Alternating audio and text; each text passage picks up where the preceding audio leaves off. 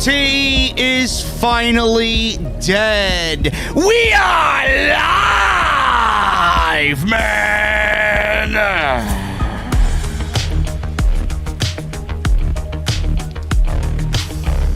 Well, they did it.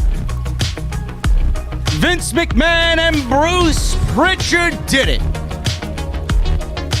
The NXT that stole our hearts 10 years ago is now officially dead. NXT is very vibrant.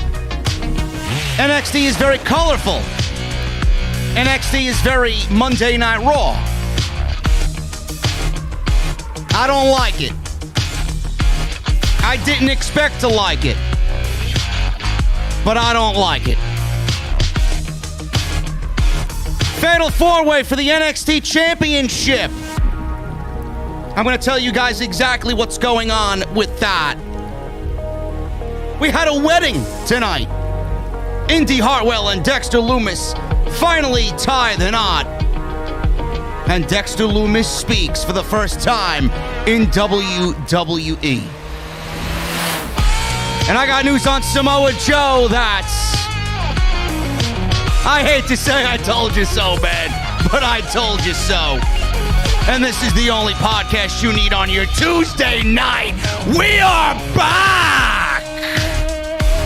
Because we do NXT right here on Off the Script.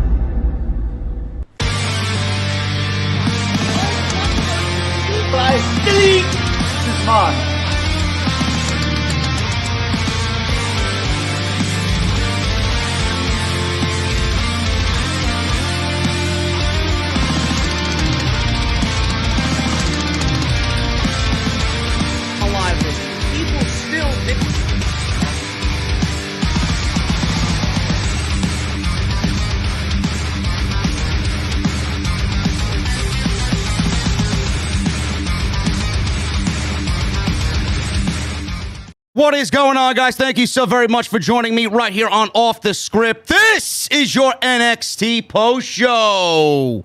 Yes, we are back on Tuesdays. NXT post show September 14th, 2021.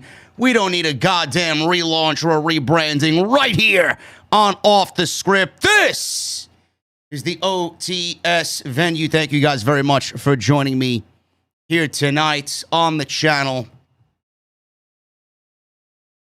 I know a lot of people are going to be interested in what I have to say about this, man. I am one of the forefathers in the community about NXT. I covered NXT. I covered NXT for years at 1 hour. I covered NXT every single week when other people in the community wouldn't touch it because it didn't fit their mold.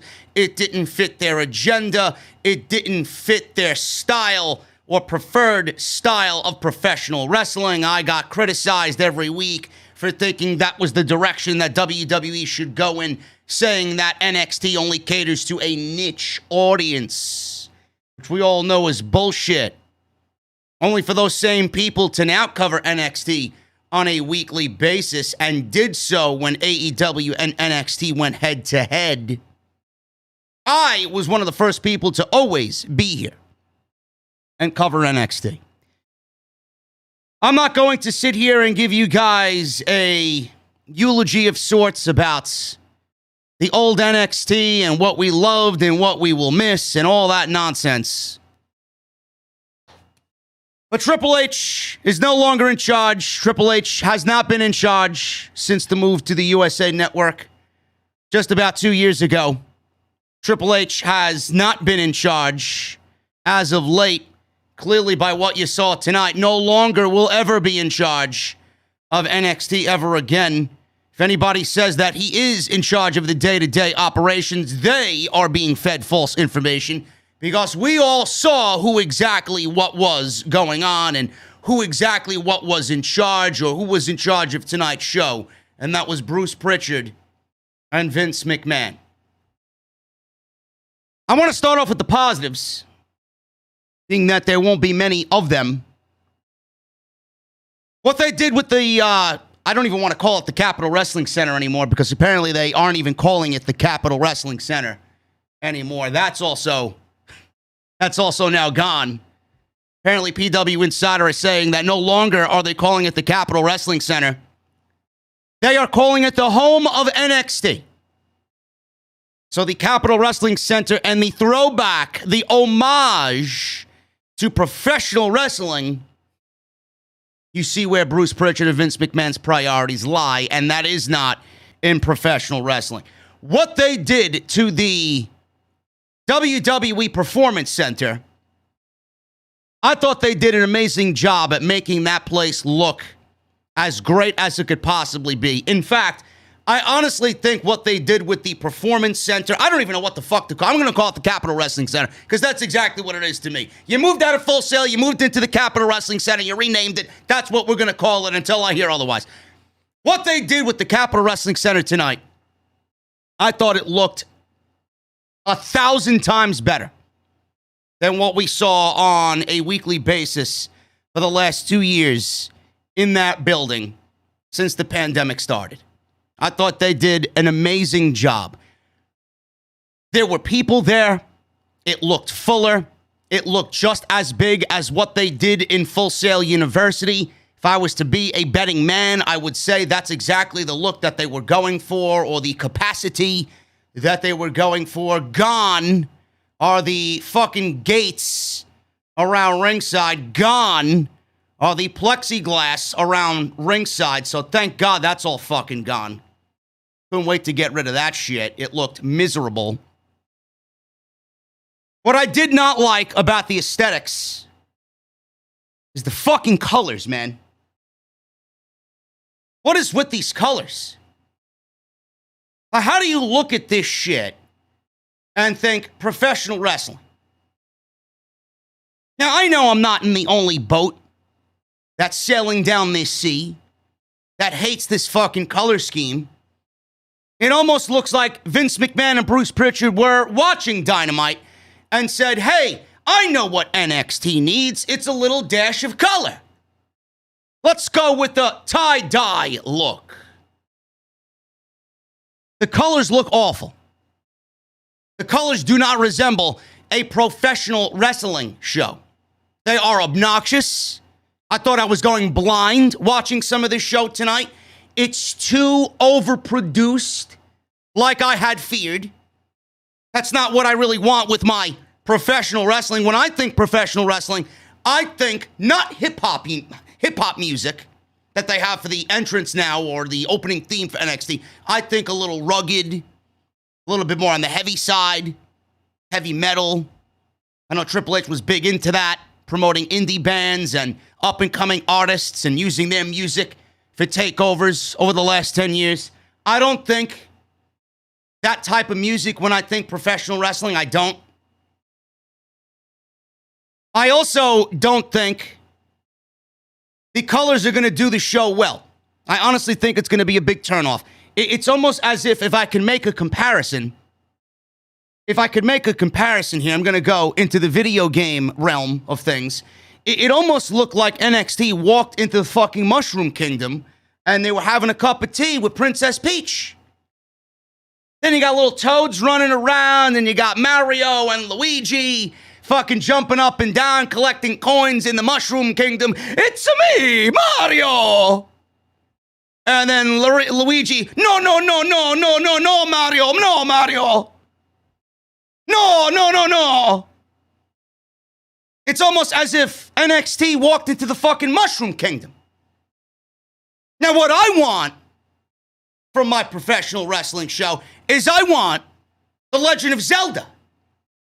That's the type of shit I want. I mean when Ganon takes over Hyrule Castle. Dark, gray, purple, evil. That's what I want with my professional wrestling. What is this shit? Like, who looks at this shit and says, man, oh man, what an upgrade. What an upgrade to NXT. No, it's not. When I watched this shit tonight for the 2 hours, the only thing in my head that I got just floating about is, am I watching a Tuesday night wrestling show, or should this show be on Saturday morning with all the fucking kiddie cartoons on Nickelodeon Jr. or Disney Jr.? I don't get it. It's legitimately as if I should have been watching this show on Saturday morning, right in the middle of fucking Baby Shark and fucking Blue's Clues. Not really what I want out of professional wrestling. I don't. That's just me. I don't know what you guys thought about it, but I'm pretty sure I'm not the only fucking, I'm not the only one in that boat sailing down the sea of I hate the fucking color scheme.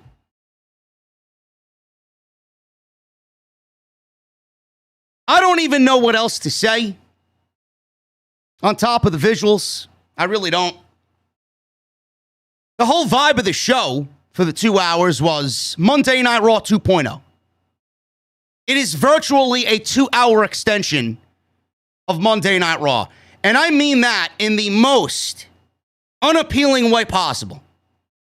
You got your NXT favorites, you got your Ciampas, and you got your Dunnes, and you got your Garganos, and you're going to get a whole slew of people. You got your Roddies, you got your O'Reillys, if they want to keep him on the show at this point. You got your LA Knights, you got your Cameron Grimes, right? And then you got all the new people that WWE is going to be featuring on this show. It is virtually a 2-hour extension of Monday Night Raw. So we got 5 hours of main roster product on now Monday and Tuesday. It is no longer an alternative. It is no longer an escape from the doldrums. Monday Night Raw. Everything you get on Monday Night Raw, you're going to get in NXT in its developmental system. And there were things that happened on this show tonight that I will go over when we get into the show that you're going to think, man, I just saw this on Monday night. Man, I just saw this on Friday night. Hey, that sounds like a Monday Night Raw thing. It's not really what we want to watch on Tuesday night.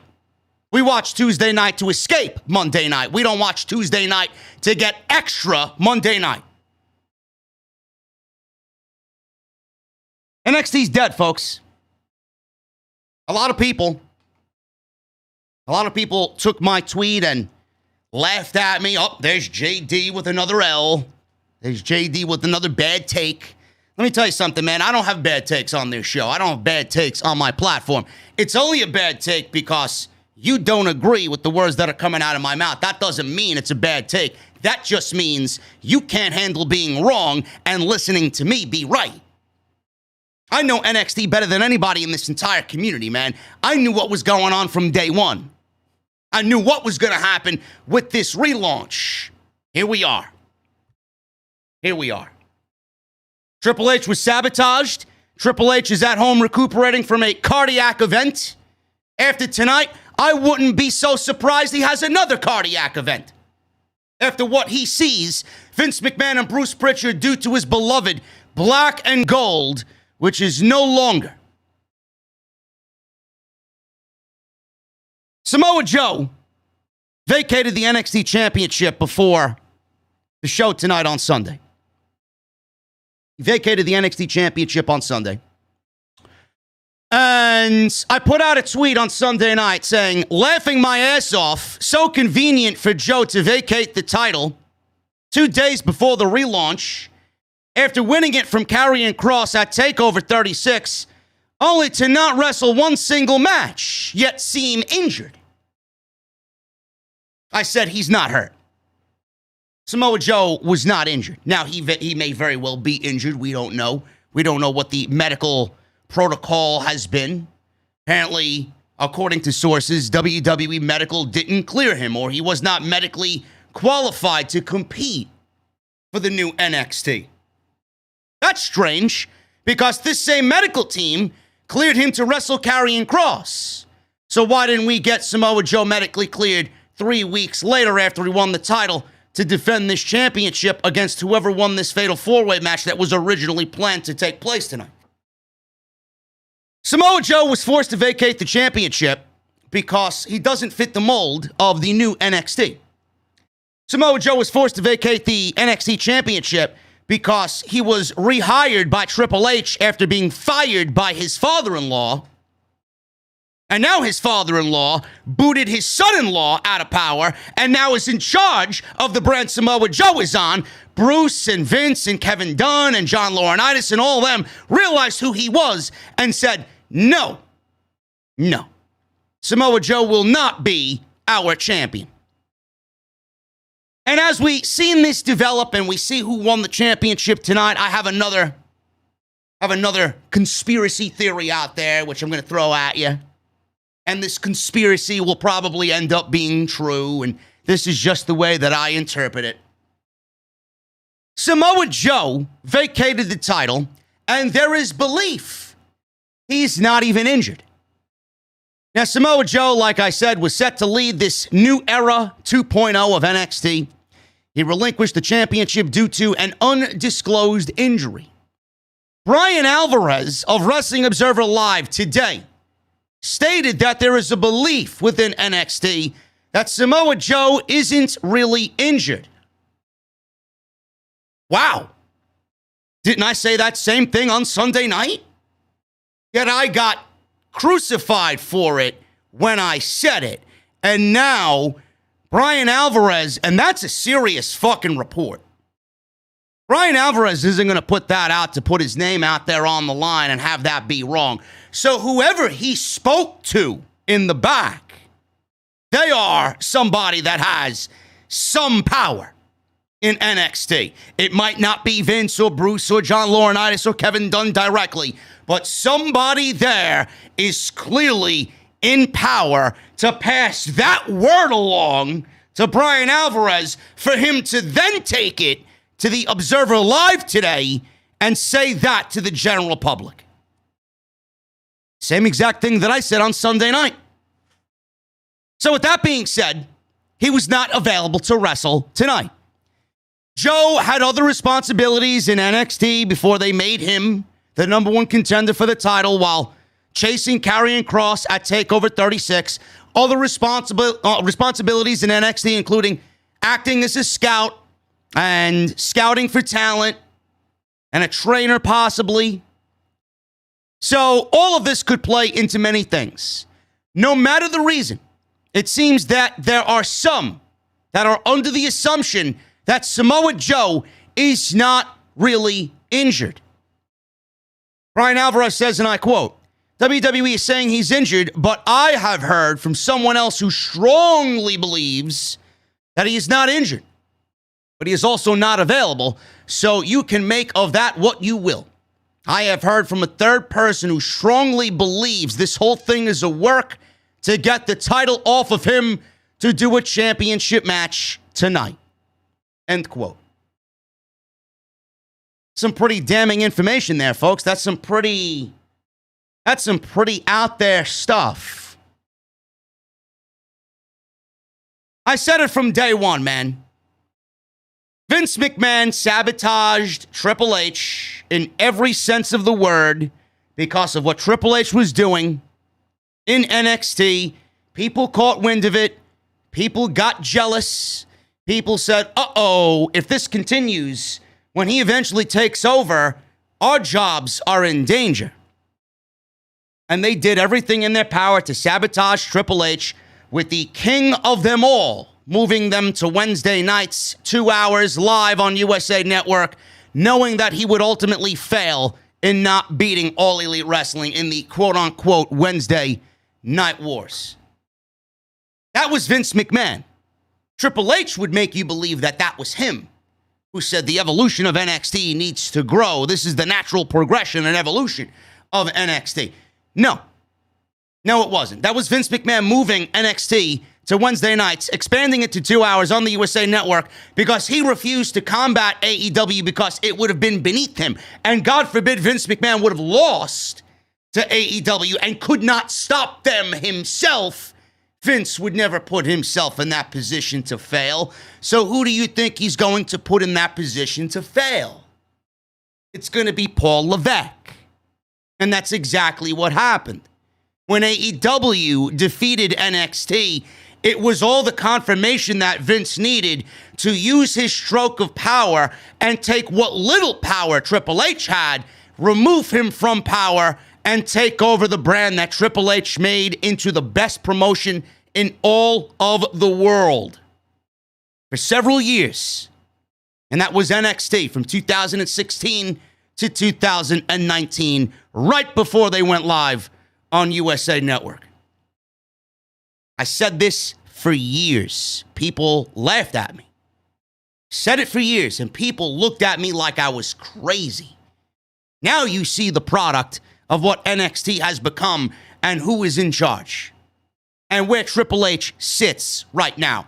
Triple H is not in charge of the day-to-day activities in NXT. He's only in charge 6 other days of the week, not being Tuesday when Vince and Bruce Prichard are in charge. You know, a lot of people are out there and they're using this argument against me.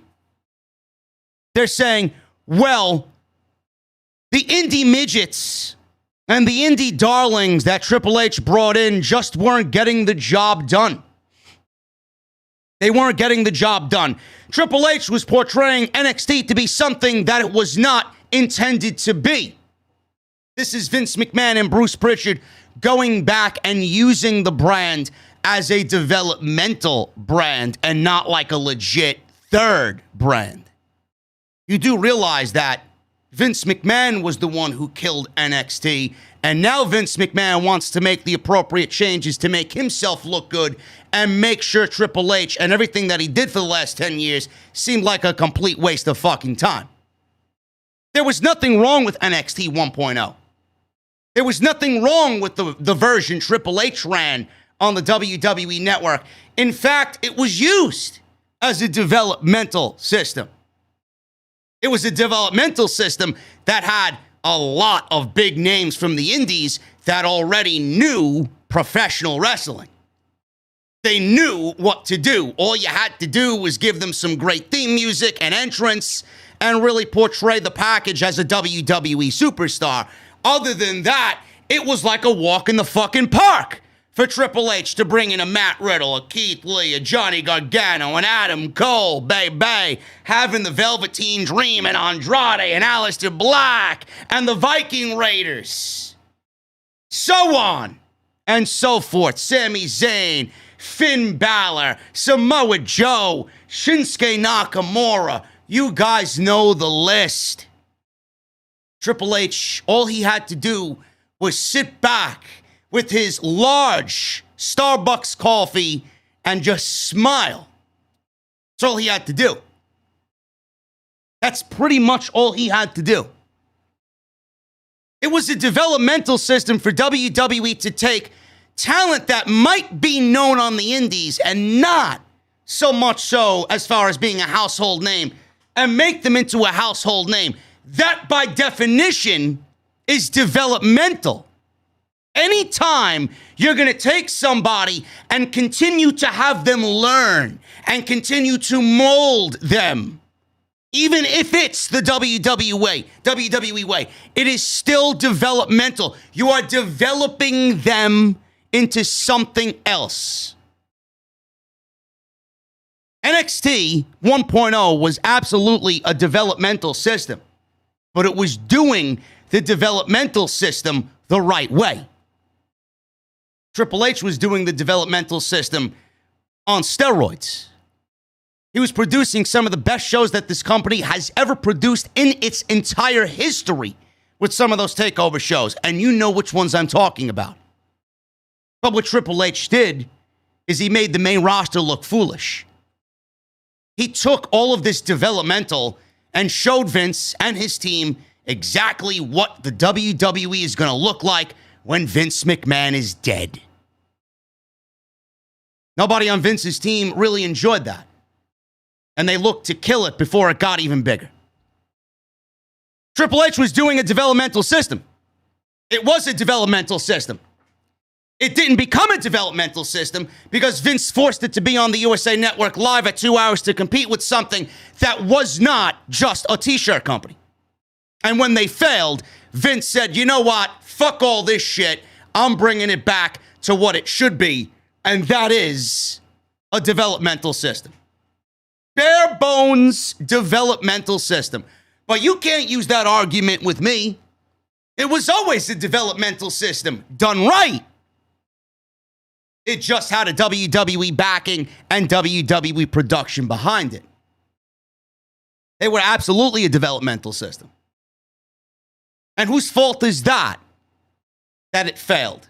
It all lies on Vince McMahon's shoulders.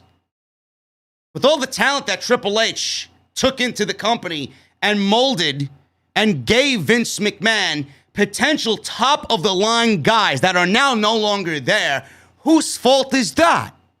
Is that Triple H's fault? I don't think so. That's Vince McMahon's fault because Vince had no hand in creating those guys. Everybody that you saw on tonight's show, those are guys that Vince and Bruce have a hand in, and they are going to be the ones to succeed in the WWE.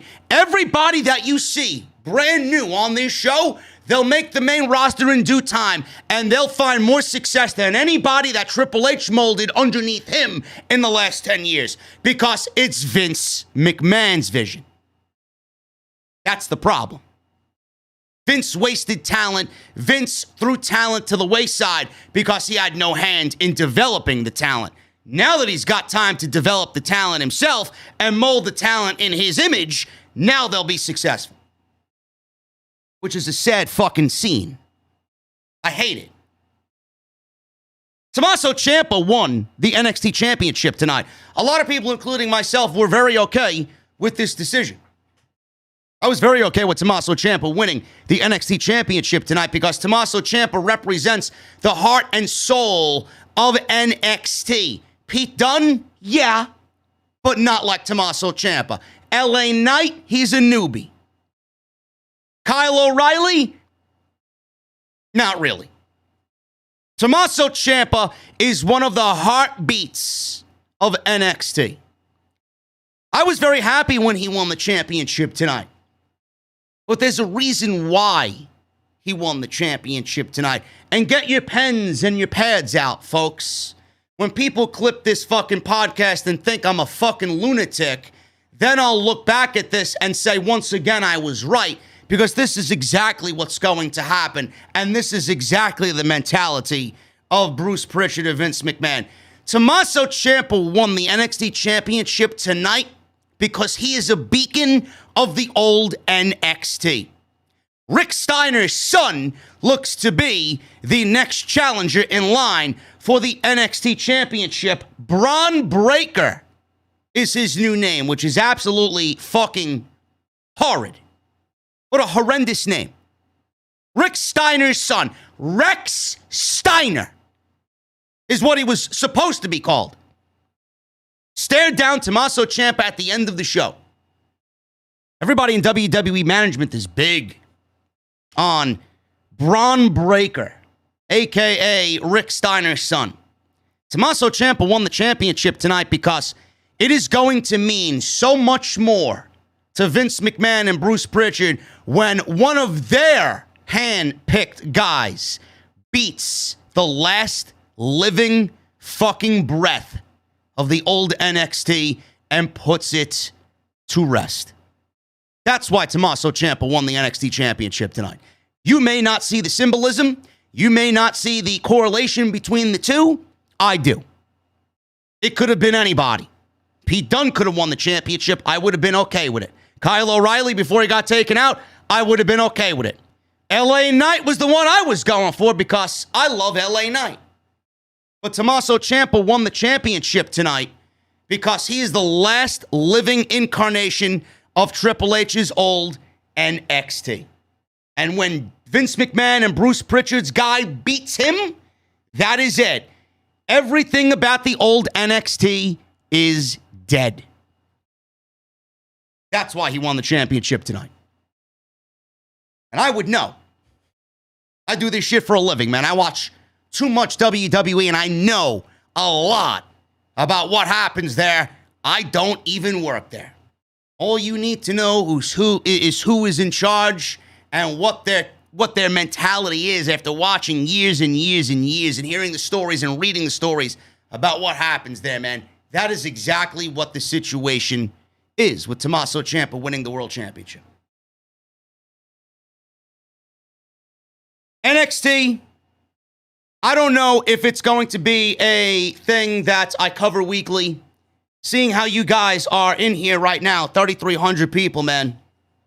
I could get behind that, for sure. And I think a lot of people are here right now because everybody knows that I loved the old NXT. And I adored the old NXT. It brought back that passion that was dead and dormant for so many years. And I genuinely feel sorry for Triple H. Tonight, watching this tonight, WWE made it easy for me to hate this new version of NXT. It's very easy to hate anything Vince McMahon and Bruce Prichard stamped their name to. Because I know that they suck at what they do. They don't have a fucking clue. They don't know how to creatively book. They don't have an eye for talent. Everything that they did to Triple H, I genuinely feel sorry for Paul Levesque. WWE made it very easy for me to shit on their show tonight. It wasn't overly offensive like I thought it was going to be. Even the Index wedding wasn't overly offensive tonight. But man, oh man, the NXT of old, after watching this show tonight, I can't really get behind the vision of the new 2.0. I'm going to watch because I have high hopes for the future, and I want to see the future in good hands. I do. One of the best things about watching NXT is to see all the young talent being molded and watching their journey, whether they make it, whether they do better, whether they fail and drop the ball. It's exciting to me. But I can't get behind the vision, knowing that they internally sabotaged the one guy that was doing everything right in this company because of sheer jealousy.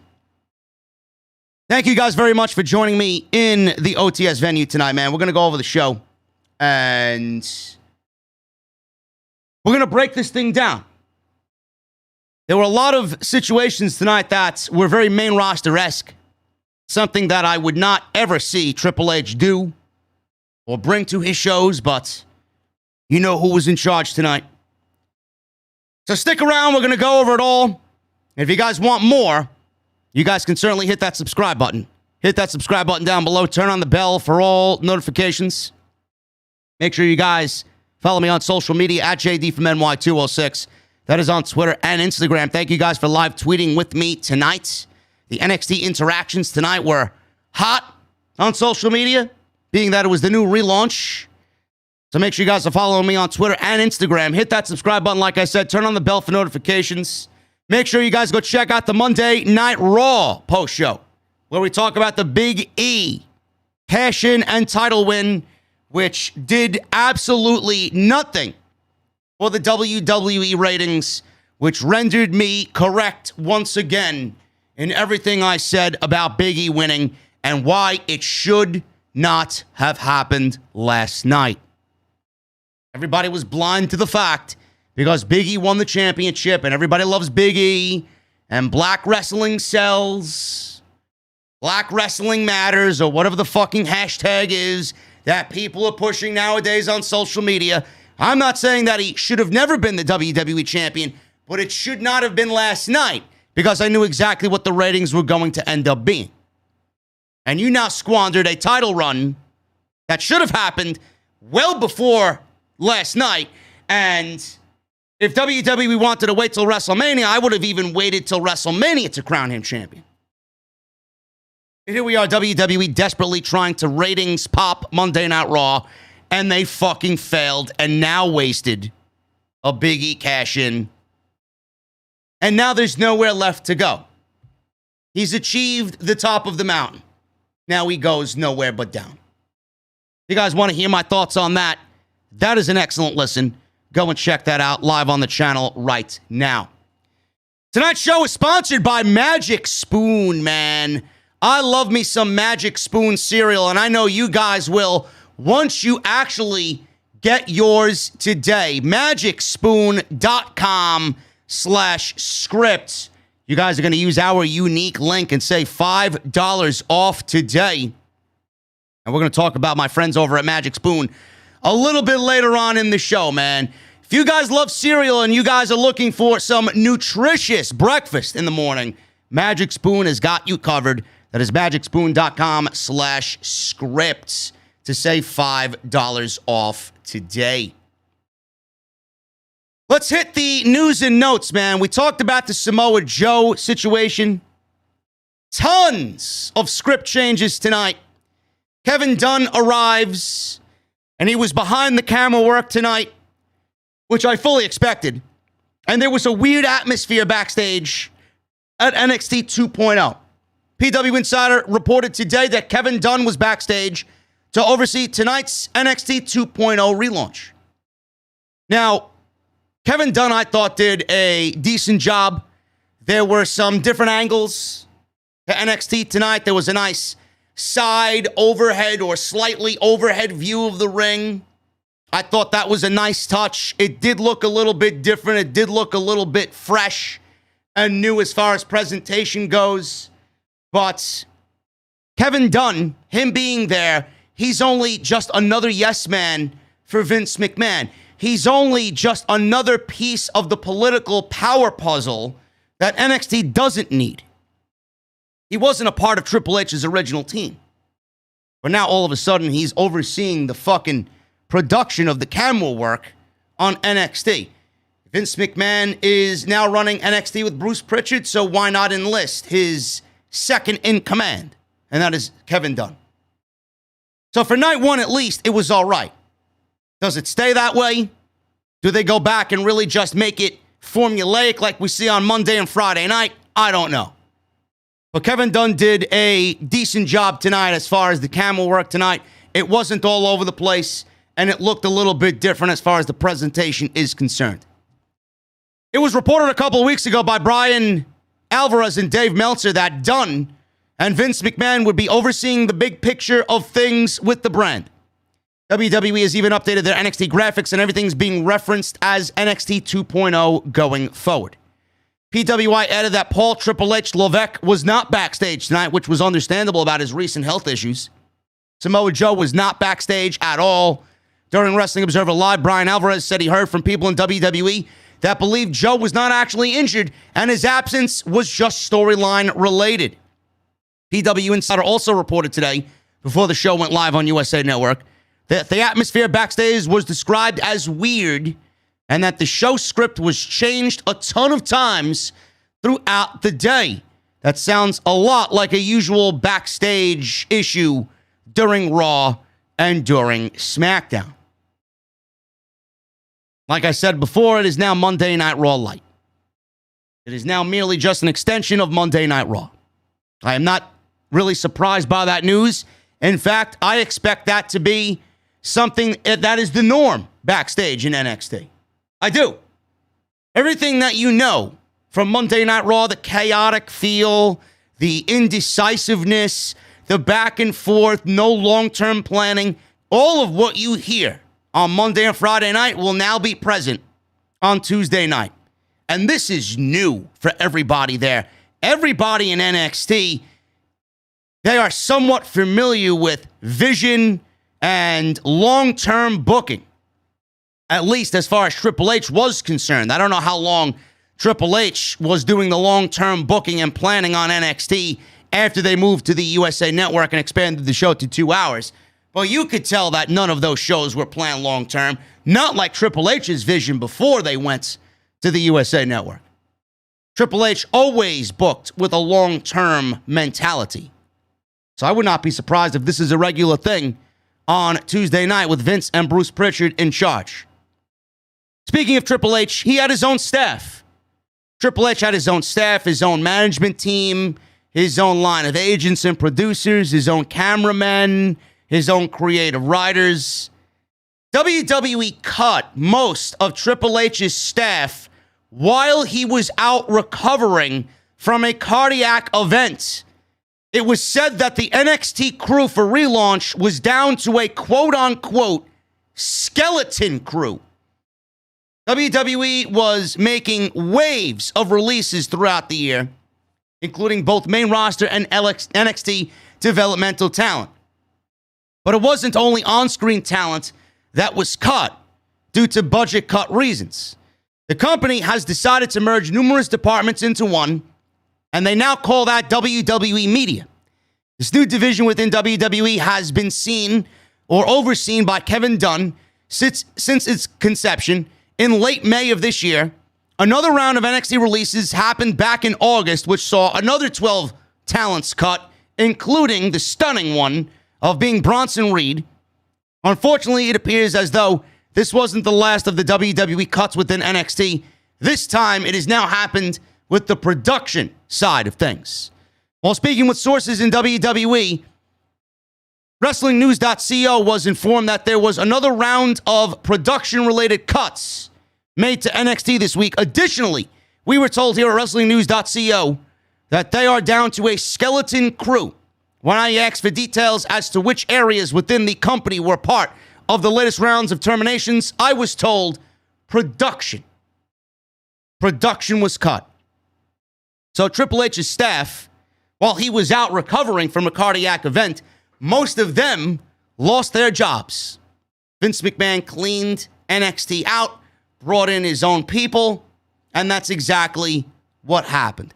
How fucked up is all of this as it continues to get worse for Triple H?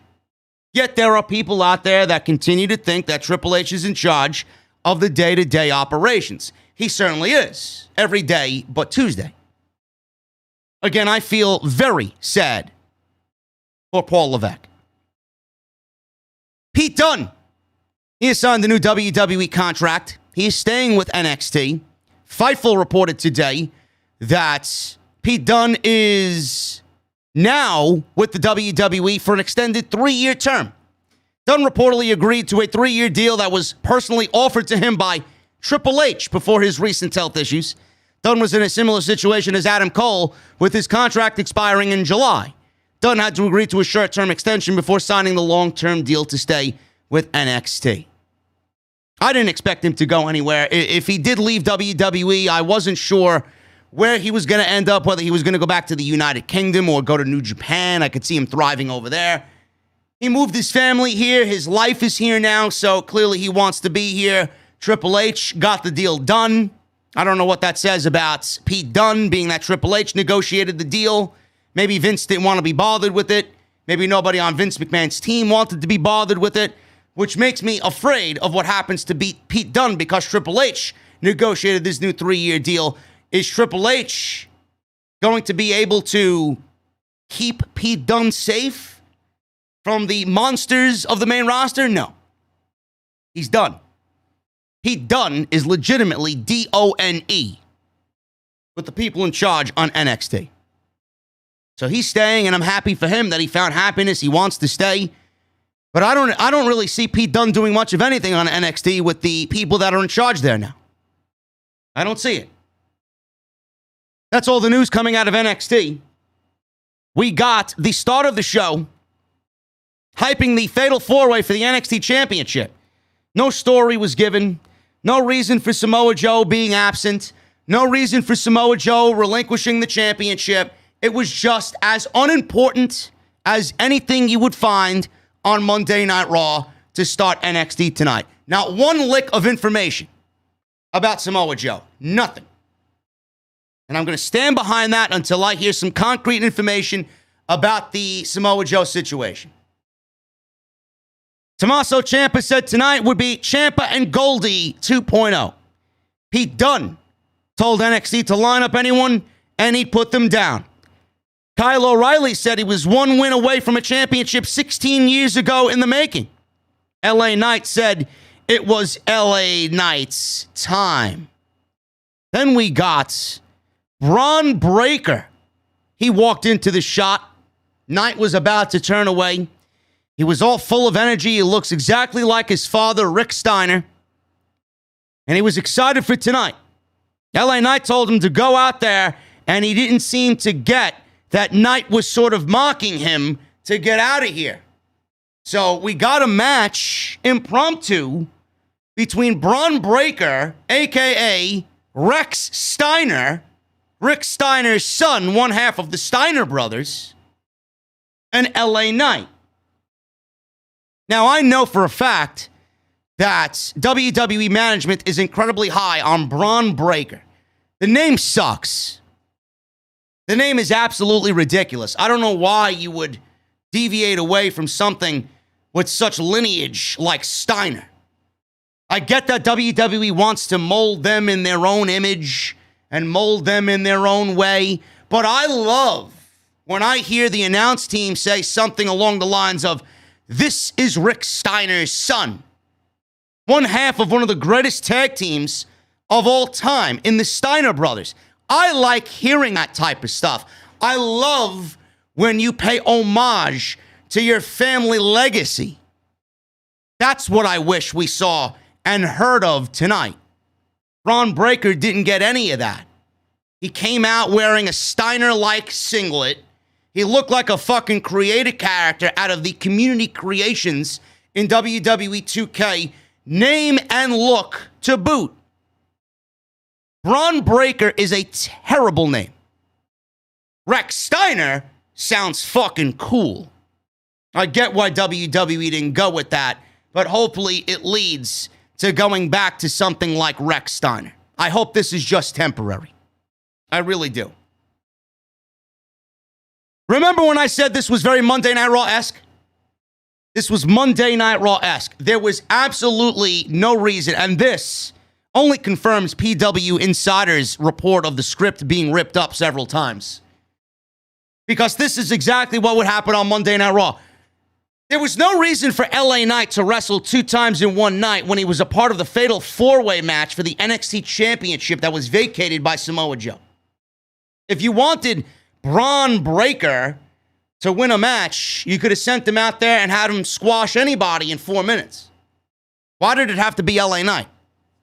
Why did LA Knight need to lose when he was already in a NXT Championship match tonight? Very Monday Night Raw-esque. And it's not like this led to anything down the line or would lead to a future match between the two. I was thinking maybe LA Knight wins the NXT Championship tonight and we get Braun Breakker beating LA Knight in this opening match, and it kind of sets the table and plants the seeds for something down the line with LA Knight and Braun Breakker. None of that happened. None of that happened tonight. They just sent LA Knight out there to lose, clean, to Rick Steiner's son. This match was completely unnecessary. Unnecessary. So Breakker took Knight down with a couple of waist locks. Very amateur wrestling style-esque. And Vic Joseph said this one on commentary. Braun Breakker has a dog-faced gremlin mentality. And they used to call his father the dog-faced gremlin, Rick Steiner. But I want to know that he's Rick Steiner's son. At least in name, in portrayal. Who the fuck is Braun Breakker? So stupid. It really is stupid. So Knight took over on offense with a couple of blocks and some slams. Breakker caught Knight with a belly-to-belly, but Knight took over quickly. Got a knee lift on Breakker. Breakker then deadlifted Knight, held him in place for a moment. Very sloppy-looking power slam on Knight, and he covered him in 1, 2, 3. The match had no business, no reason to open the show, unless LA Knight was going to win the NXT Championship later in the show and set up a rematch for Breakker to take the championship off of LA Knight at some point. We didn't get any of that. We just got LA Knight, who was a lot older than the youth on the roster, buried in 4 minutes after this guy was portrayed as a top-level heel in NXT for months. Not exactly the start for NXT 2.0 that I was expecting to see from Bruce Prichard and Vince McMahon. Or maybe I was, and I was a little fucking in denial that we wouldn't see something this bad right at the start. Why does LA Knight need to lose here? Now we have a first built-in challenger if LA Knight won the championship. He did not. Now it just comes off as LA Knight was buried, and I don't think LA Knight deserves that because LA Knight has been doing some pretty damn good work on NXT. Maybe they move LA Knight to the main roster. Maybe they just used him to put over somebody that they're very high on, and they're going to move him to the main roster. Because we all know LA Knight really doesn't need NXT. LA Knight doesn't fit the new mold and the new vision of NXT. You could put him on Monday Night Raw and feud him with Damian Priest. You could put him on Monday Night Raw and feud him with Big E. You could put him on SmackDown and have him feud for the Intercontinental Championship.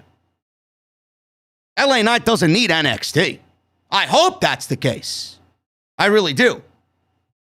But this match was totally unnecessary if LA Knight is staying on Tuesday night.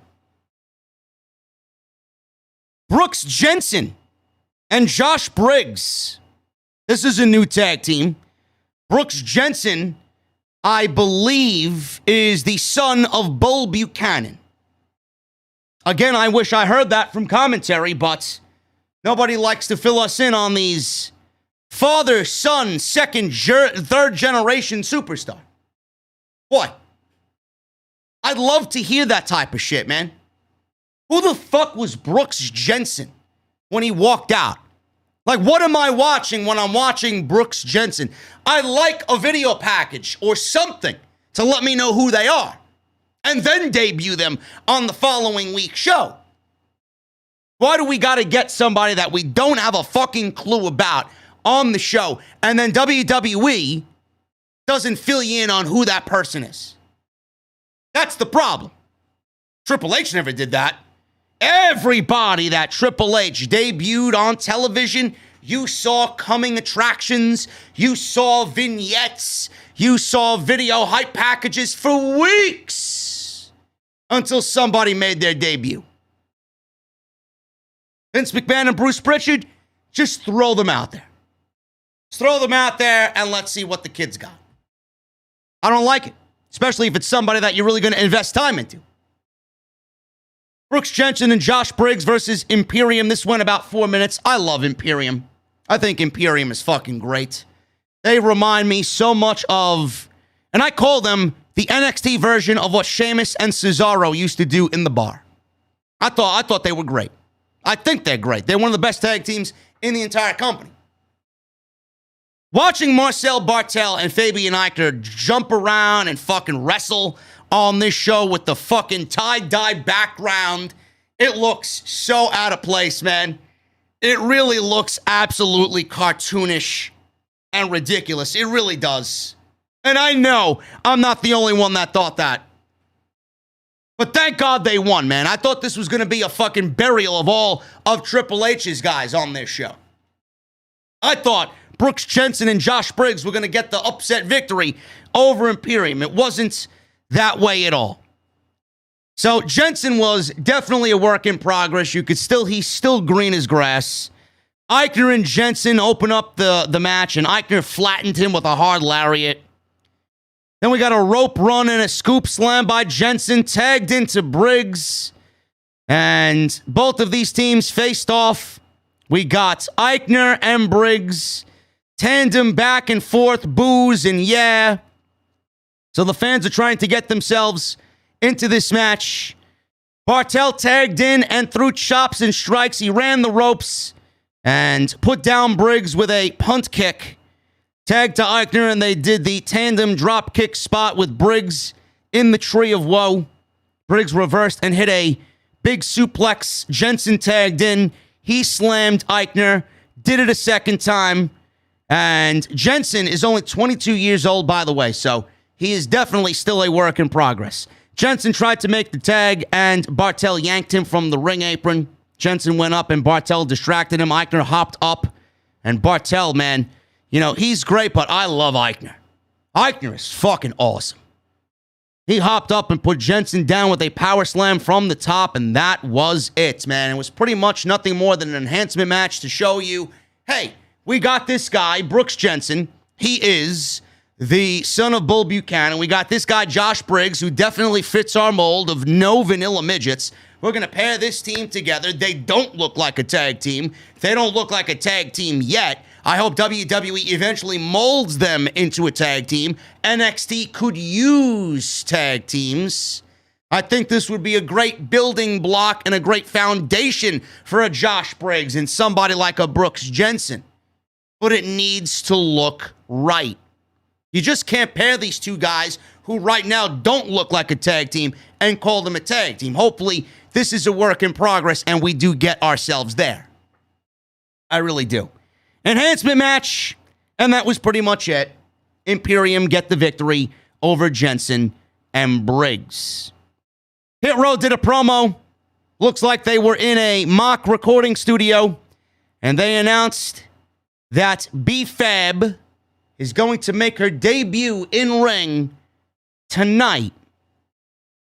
I am terrified of what Hit Row is going to look like 6 months from now in the hands of Vince McMahon and Bruce Prichard. I know I'm not the only one that's made this joke, but this is the Bret the Hitman Hart stone cold fucking mentality. You put an S in front of Hitman and you have my exact thoughts on what I think of Bret the Hitman Hart is. The shit man. Love it. Austin, the greatest of all time. You put S in front of Hit Row, Bruce Prichard and Vince McMahon are going to turn Hit Row into Shit Row. I don't have any faith in Vince McMahon booking Hit Row. I thought this match was going to be a fucking train wreck, a disaster waiting to happen, man. But I will say this. B-Fab wins in about a minute. She wrestled Katarina Cortez. B-Fab did not look terrible. B-Fab absolutely is a work in progress, but she didn't look terrible. I obviously want to see what she could do in more than 1 minute. If she could do more than 1 minute, I'd certainly be open to watching more and keeping a mindful eye on what is to come. They said she's trained by Olympic gold medalists and world champions of the past. Whoever that is, I don't know who she was trained by. But I definitely want to see more of what she could do in the ring, as she could be a very valuable asset to the women's division. I'm just not seeing it yet. So B-Fab wins in 1 minute. She definitely gives off Bianca Belair vibes, if I could say that. Just in presentation and attitude. We got that old EST vibe from B-Fab on NXT tonight. So she wins in 1 minute. And she wins with a rude awakening. An old school rude awakening from B-Fab on Katarina Cortez. B-Fab took the microphone and started putting herself over and making threats to Legado del Fantasma. Legado's music played. All of them came on to the stage, walked down the ramp. They were dressed in suits. Elektra Lopez said if B-Fab didn't learn last time, they can do it again, and she wouldn't need a pipe to do it this time. B-Fab said she was ready right now. Lopez was all about it, but Santos Escobar said, no. Right now is not the right time. I like Elektra Lopez in Legado del Fantasma. I think a nice female presence with Legado really looks good. I do. I think it changes the dynamic a little bit, and I think it's a nice fit. But I think I'm pretty much nearing my end with this Shit Row and Legado del Fantasma feud. So we'll see what happens there. But B-Fab, keep an open mind on B-Fab, man. I like what Hit Row's doing. I think Swerve is awesome. I know $0 there is a work in progress. And Ashante Adonis is awesome. But keep an eye on B-Fab, man. I'm not going to write her off yet. I've been very critical of several talents in WWE. But when I like somebody, I let you know. When I think someone is just a complete mess, I'll let you know. I don't want to write her off yet. I think there's something there.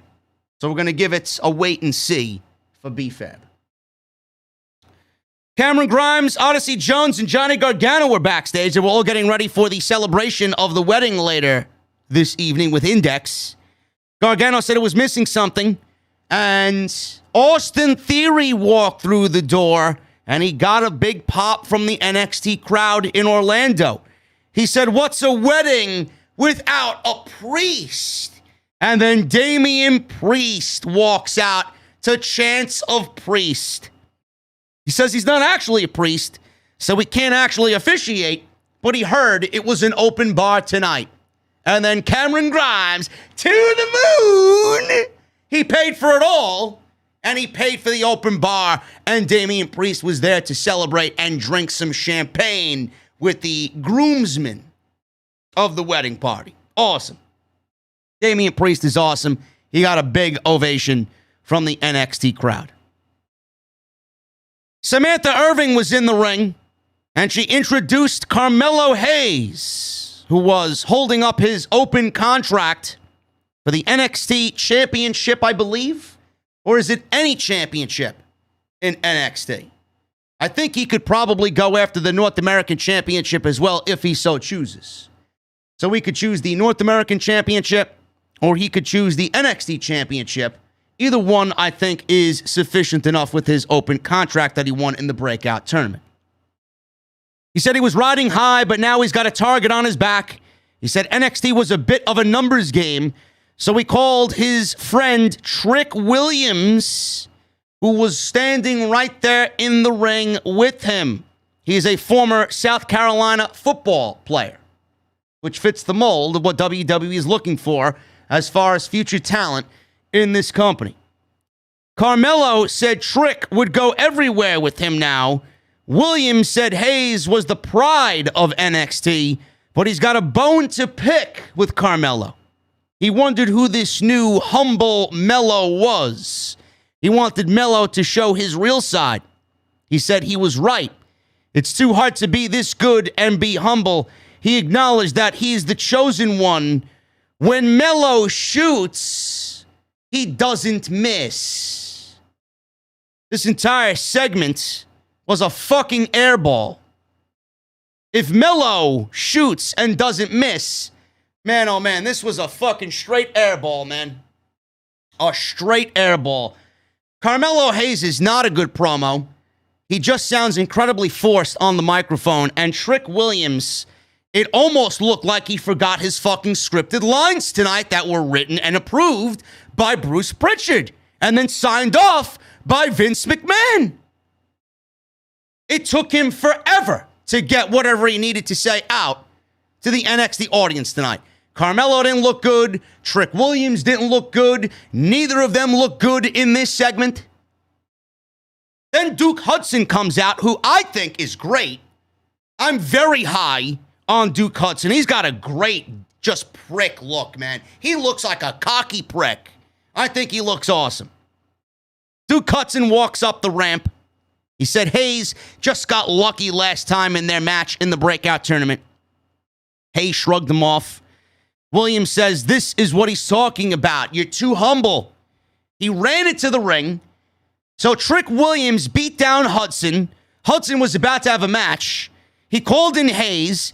Hayes joined in on the beatdown with Trick Williams. And they joined in on a 2-on-1 beatdown of Duke Hudson. I'm not sure the crowd was really into this. I don't know what the fuck was going on with what he was talking about in the promo. He mentioned something about bout it in 2021, man. I haven't heard people say that in the last 20 years. Sounds like Bruce Prichard definitely wrote this guy's fucking promo, and clearly someone who wrote the promo is clearly out of touch. This promo in this segment wasn't bout it. 2-on-1 beatdown on a heel from two baby faces. Doesn't that make Carmelo Hayes and Trick Williams heel? I didn't really get what was going on here. You got somebody who's the perennial face of this company and Carmelo Hayes beating down a heel in a 2-on-1 attack. I don't know why you're portraying him to do dastardly heel-like things when this is the humble babyface with an open contract to cash in on a contract championship match whenever he wants. Just very bizarre segment. A very bizarre segment. Gigi, Dolin, and Jacy, Jayne, they were talking up somebody who we could not see the face of, but it was Mandy Rose. And she said Mandy Rose had never looked better. She was wearing what looked to be a hoodie, and she had her back to the camera. We got a tag team match, Kacy, Catanzaro, and Kayden Carter versus Gigi, Dolin, and Jacy, Jayne. Catanzaro went to the top rope, and Mandy Rose ran out wearing the hoodie, caused the disqualification, and she revealed that she is now a brunette. Mandy Rose is no longer blonde. I am shocked that Mandy Rose was approved to be on television. I don't care what color hair Mandy Rose has, man. I don't. I'm surprised that she's now a brunette and that the blonde is no more. So this match went 2 minutes and ended in a disqualification by Mandy Rose. Out comes Saray, and she saves the babyfaces from being beat down 3-on-2. So we got all 6 of these women. The babyfaces are on the outside. They're yelling at the heels who are inside the ring. We go to commercial break.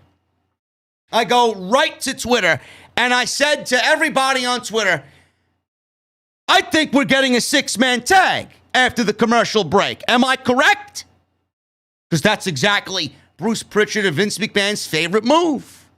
Have a tag team match end in 2 minutes. Babyface comes out to save the babyfaces being beat down by the heels who have the numbers advantage. Commercial break. We get a 6-man tag to ensue after the commercial break has ended. Monday Night Raw 2.0. I probably could count on one hand in 10 years that Triple H ended a tag team match and it resulted in a 6-man tag following a commercial break on NXT. Meanwhile, we see the same exact thing that we see every Monday night on Raw and every Friday night on SmackDown. Now we're seeing it in NXT. I fucking hate the unoriginal bullshit that we get that is now infiltrating NXT. What a fucking shame. And people are arguing with me that I have nothing positive to say about NXT. Why would I say anything positive about Bruce Prichard and Vince McMahon's involvement in NXT when this isn't an evolution of the brand? It's a de-evolution of the brand. If I want to watch Raw, I'll watch Raw. I don't want to see the fucking ideologies and the mentality of Raw start bleeding its way onto NXT. Dead. Dead. Triple H won't be caught dead doing something like this. So we got a 6-woman tag. This ended up being Saray, Kacy, Catanzaro, and Kayden Carter versus Mandy Rose, Gigi, Dolin, and Jacy, Jayne. Mandy Rose pretty much looks like Sonya Deville before Sonya Deville wanted to wear suits on Monday and Friday night while fucking up people's names in backstage segments with Adam Pearce. That's all Mandy Rose is. Mandy Rose is now Sonya Deville before she became an inactive pro wrestler. I want you guys to all be aware of that. Maybe she thrives in this role. I hope she does. She wasn't allowed to showcase any sort of wrestling ability on the main roster. All she did was come out and be the blonde bombshell, Mandy Rose. We know she's hot. Can she wrestle? That's what I'm going to keep an eye on. So it's going to be interesting to see what happens with Mandy Rose. But the match went 6 minutes.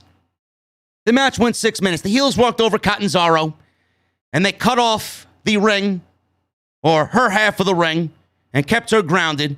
Hot tag to Kayden Carter. She runs wild. Rose fed into her. Carter got a near fall. Jayne jumps in, breaks up the count with a super kick. We get a big melee. When all of this stops, Saray is facing off with Mandy Rose. Rose has some sort of beef, I think, with Saray due to the injury angle from a few weeks ago with Gigi Dolin. Rose was getting vengeance when Carter cuts her off. Carter is briefly distracted, trying to dodge an attack by Jayne. This allows Mandy Rose to strike. She delivers a knee strike and covers Kayden Carter for the 1, 2, 3. So the heels win, and that was pretty much it. Mandy Rose is Sonya Deville, and Mandy Rose is no longer blonde. She's a brunette. Great. We got a commercial with Raquel Gonzalez, a tie-in commercial with some insurance company that promoted Raquel Gonzalez, the NXT Women's Champion, who was actively removed from this show tonight as she was supposed to defend the NXT Women's Championship against Frankie Monet. Now, I don't know what happened there. Neither one of them are hurt, but this goes in line with what Mike Johnson of PW Insider said, that the script was ripped several times before the show took place and things were removed from the show. Fightful reported today that the announced match between Frankie Monet and Raquel Gonzalez is no longer taking place. It did not take place tonight. No reason was given, but WWE was made aware of this by Monday morning, so it's unclear whether either woman will be on the show next. Who knows? Nobody knows. Raquel Gonzalez is the NXT champion. She doesn't have any legit competition lined up for herself. Frankie Monet has done a whole lot of nothing on Tuesday nights. I say move Frankie Monet to the main roster, pair her with John Morrison, and make them a power couple duo like we saw John Morrison do in Lucha Underground. Frankie Monet clearly doesn't need NXT, and John Morrison, he needs all the fucking help he can get with this dripstick shit on Monday night. He needs a little seriousness to him. I think Frankie Monet and John Morrison would be a top-tier act on Monday night. Get her off the show, move her to Monday night, and save both of their WWE runs, which right now, both of them are horrendous. That's my take there. I've been saying that for weeks. I don't know why we are looking at Frankie Monet on NXT, and she's done a whole lot of nothing on Tuesday night. William Regal was interviewed by Mackenzie Mitchell for a main event announcement. Apparently, Kyle O'Reilly was taken out of the Fatal 4-Way, and he was removed as he was attacked by Pete Dunne and Ridge Holland. Apparently, he is now done with the NXT Championship. I don't know if there's going to be a follow-up there. We may get an ongoing feud with Ridge Holland and Kyle O'Reilly. Ridge Holland, maybe, is the next big thing in NXT. He's certainly got the look that Vince McMahon is looking for. We may get another Pete Dunne versus Kyle O'Reilly match out of it. I don't know. But Kyle O'Reilly was removed for no real reason from this match. Why was Kyle O'Reilly removed from this match? No reason. I find it funny how they advertised this match with him in it for the NXT Championship, and he's there because he beat Adam Cole at the last TakeOver show in a 2 out of 3 falls match. Adam Cole did everything within his power over the entire summer to get Kyle O'Reilly over, and on the first show that Kyle O'Reilly is on in the new rebranded NXT, he gets actively removed for an NXT Championship match for no reason whatsoever. So all the work that Triple H did with Cole and O'Reilly, all the work that Adam Cole did for Kyle O'Reilly, putting him over on his way out, for what? It's all wasted. It's all wasted. See, these are the things that I think about. Did WWE actively remove him because they got bigger plans for Kyle O'Reilly? Of course not. Fuck you to Triple H, fuck you to Adam Cole, and fuck you to Kyle O'Reilly. That's why they did it. Kyle O'Reilly has no charisma, he's got no fucking personality, and he doesn't fit the mold of what Vince McMahon and Bruce Prichard want. If O'Reilly was in that match, it would have been not 1, not 2, but 3 vanilla midgets in that match. Vince needed a big guy. Vince needed a tall guy. Vince needed a Vince McMahon guy. So they actively removed Kyle O'Reilly. He would be replaced by Von Wagner. Von Wagner. He actually saved Kyle O'Reilly from this attack. Wagner is a WWE Performance Center alum. It's been there forever. Nobody knew when we were going to see him on NXT. Nobody knew when we were going to see him on television. His old name was Cal Bloom. We've seen him make appearances on NXT playing security guards and playing backstage officials here and there.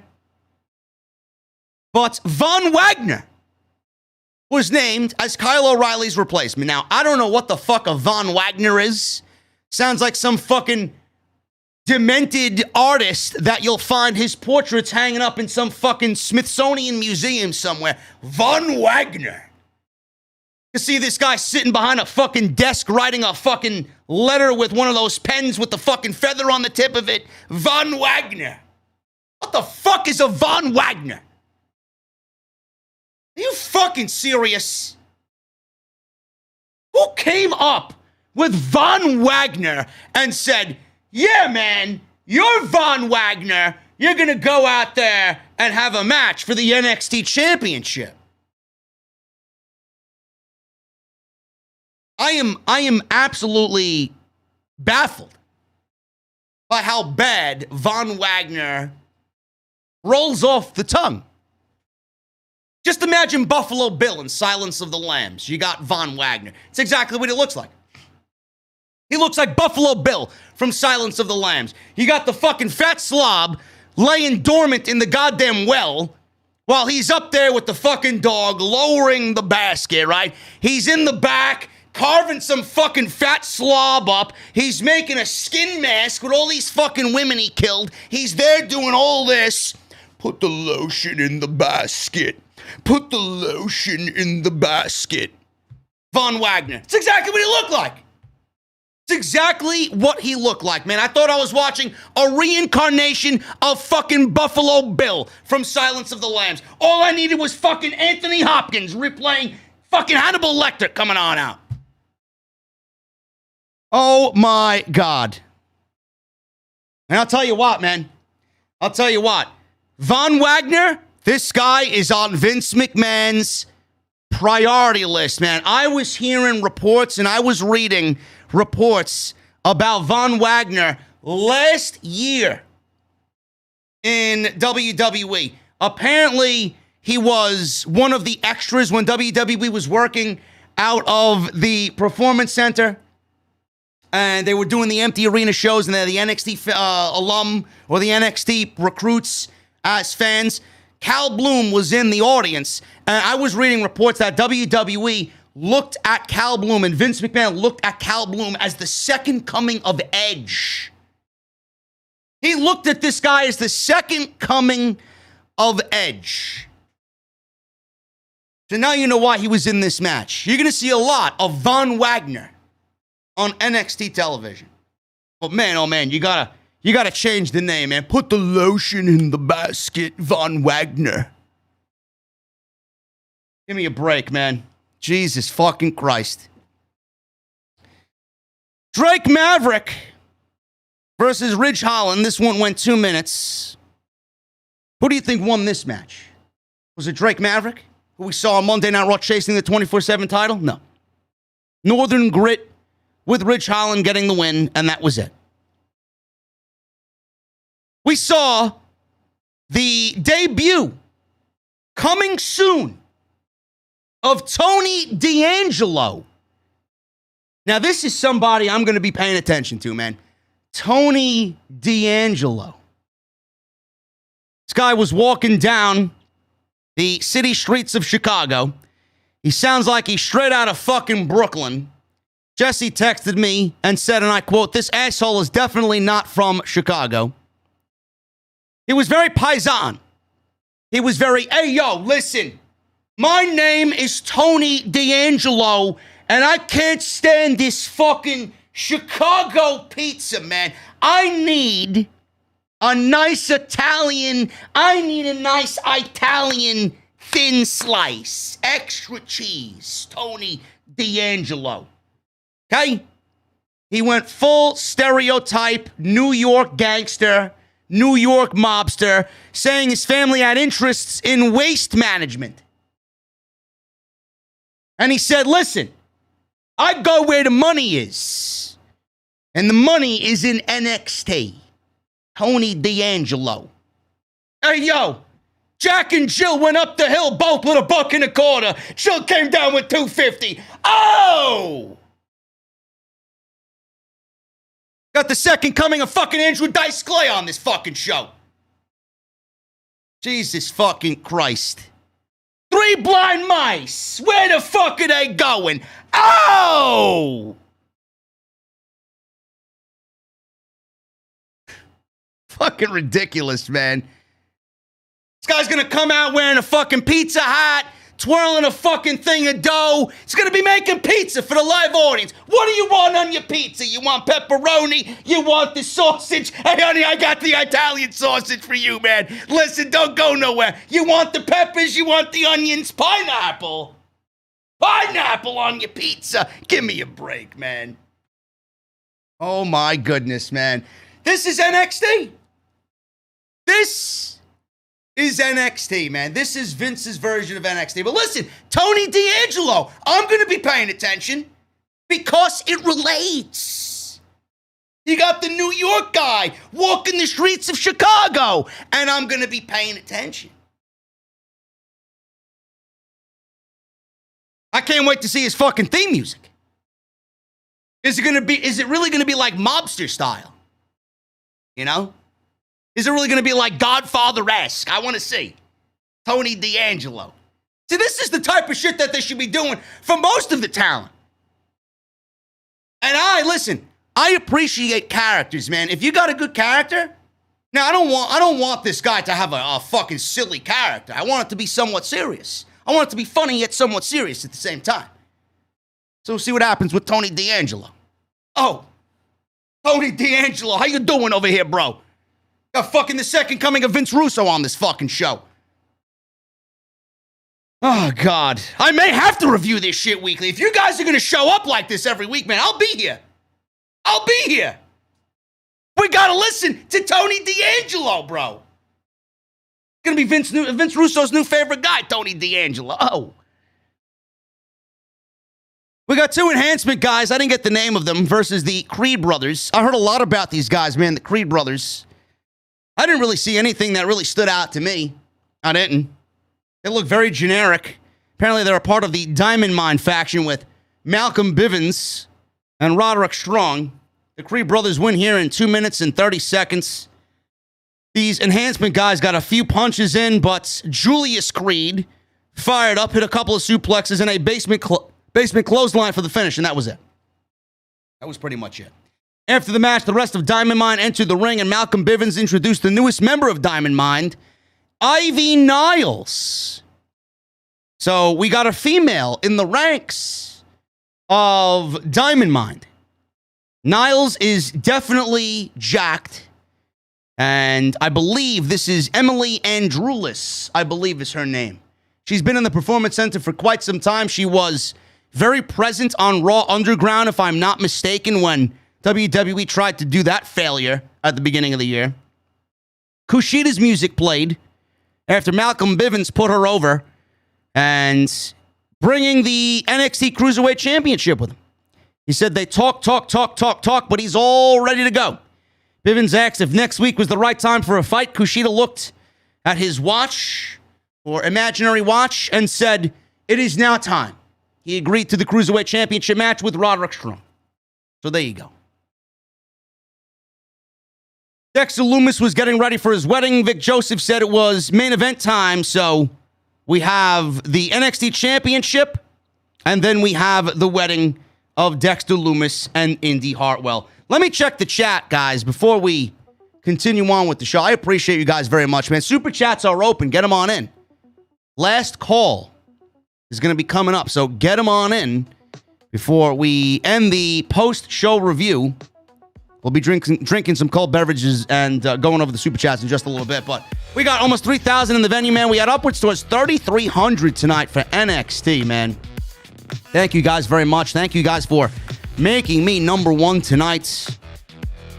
to go over the relaunch of NXT 2.0, led by Vince McMahon and Bruce Prichard. I know you guys are going to go to sleep tomorrow, man. I wonder what you guys are going to use to give yourself some energy to get up and start a brand new day, man. I usually skip breakfast.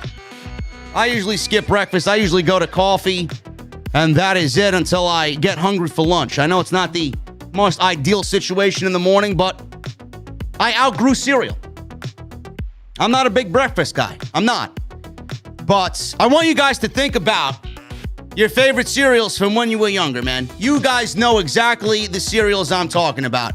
I found a cereal that I absolutely love, and it actually rekindled my love for cereal in the morning, and that is Magic Spoon.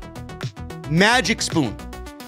You know, growing up, the cereal that we ate in the morning before school, before we got on that school bus, it was one of the best parts of the morning, and one of the best parts about being a kid, man. I had to give it up because I realized it was just full of sugar, and it was junk that you should not be eating and putting in your body.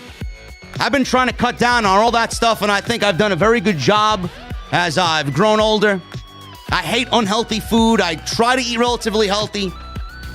But Magic Spoon is where it's at, man. It is delicious. It tastes incredible. And it's got 0 grams of sugar, 14 grams of protein, only 4 net grams of carbs in each serving, and only 140 calories. Magic Spoon's best-selling flavors come in a 4-flavor variety pack, including cocoa, fruity, frosted, and peanut butter. And they have other great flavors as well, such as maple waffle, cinnamon, blueberry, and my favorite, cookies and cream. It's a lot of flavors, man. It is delicious. It tastes like the cereal I used to have in my childhood, but this time, not only does it taste great, it's good for you. Click the link down below and make sure you guys check out Magic Spoon, man. You guys can grab a variety pack today. You guys can choose your own box. Be sure to use the promo code SCRIPT. Or if you guys want to use our link, magicspoon.com/script, you guys can save $5 off any of your orders.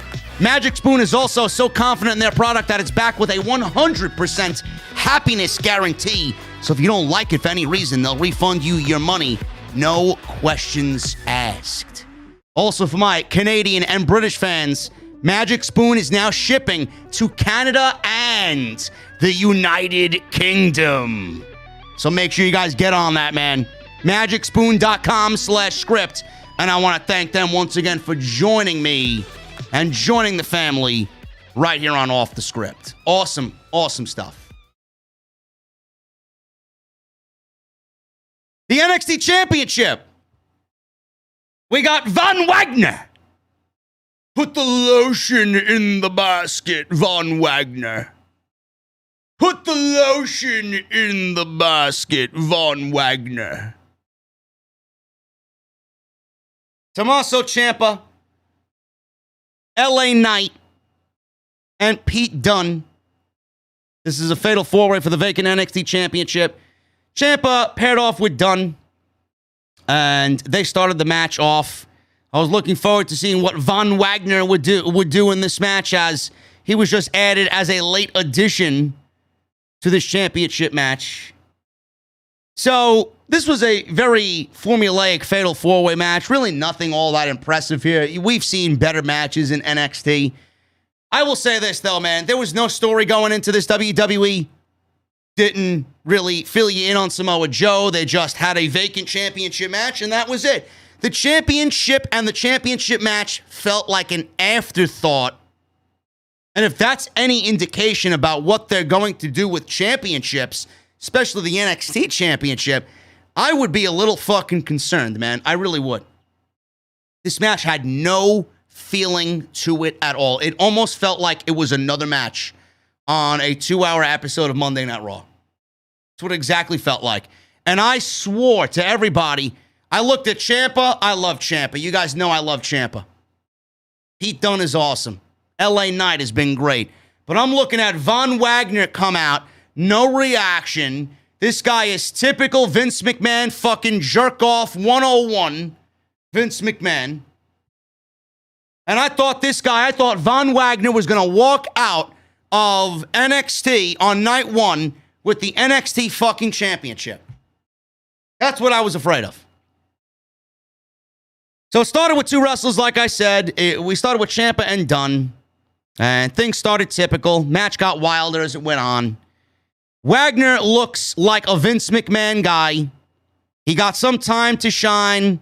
We go to commercial break. Night during the break, he got taken out. Wagner sent him crashing into the ring steps. And Wagner was back in the ring. We got a bunch of high spots with everybody getting some moves in and looking strong at some point. Lots of action. Ciampa executed a widow's bell on LA Knight for a near fall. Ciampa followed up with a corkscrew flip dive over the top rope to the outside. Wagner then came back with an Olympic slam on Dunne. He got a 2 count. That would not be the only time he gets a near fall. I actually thought he had the match fucking won a couple of times.